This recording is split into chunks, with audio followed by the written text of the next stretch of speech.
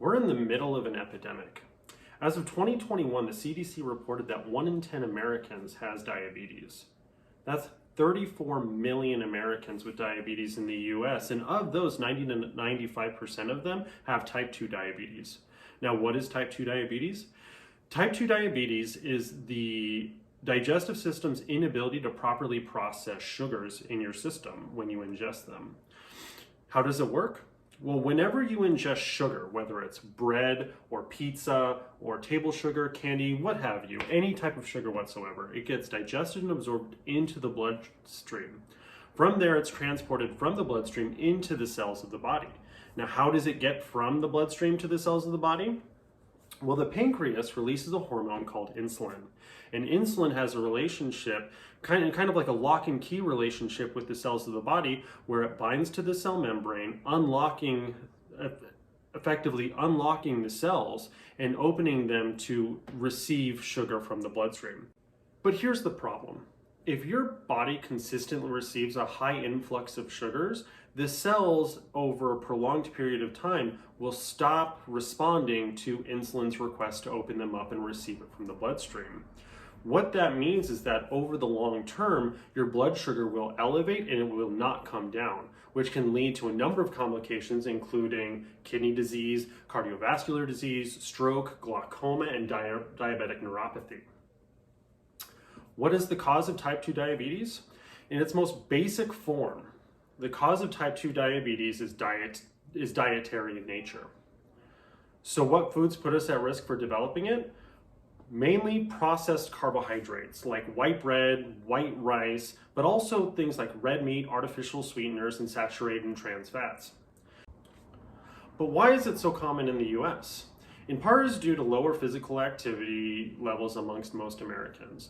However, another major contributing factor is government subsidized foods such as corn, believe it or not. Corn and corn byproducts are in everything. Why? Because it's cheap and can be manipulated to be used in a magnitude of different items, both food items and industrial-based items, so it's completely versatile within the system.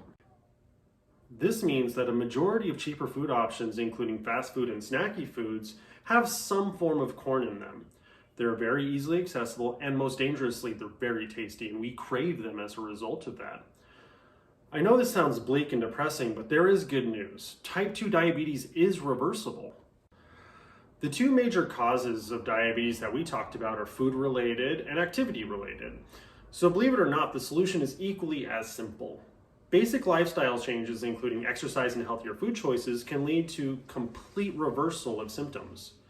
But these are lifestyle changes, meaning that a relapse and return to old habits could put you at a higher risk to redevelop diabetes in the future.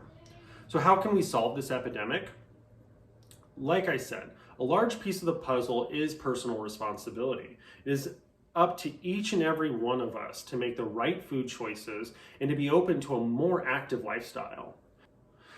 That doesn't mean that you have to subsist on a salad a day while running marathons, but what it does mean is that reducing the amount of fast food and junk food that you take into your system while simultaneously taking an additional walk every week or so can really reduce the risks of prediabetes and type 2 diabetes.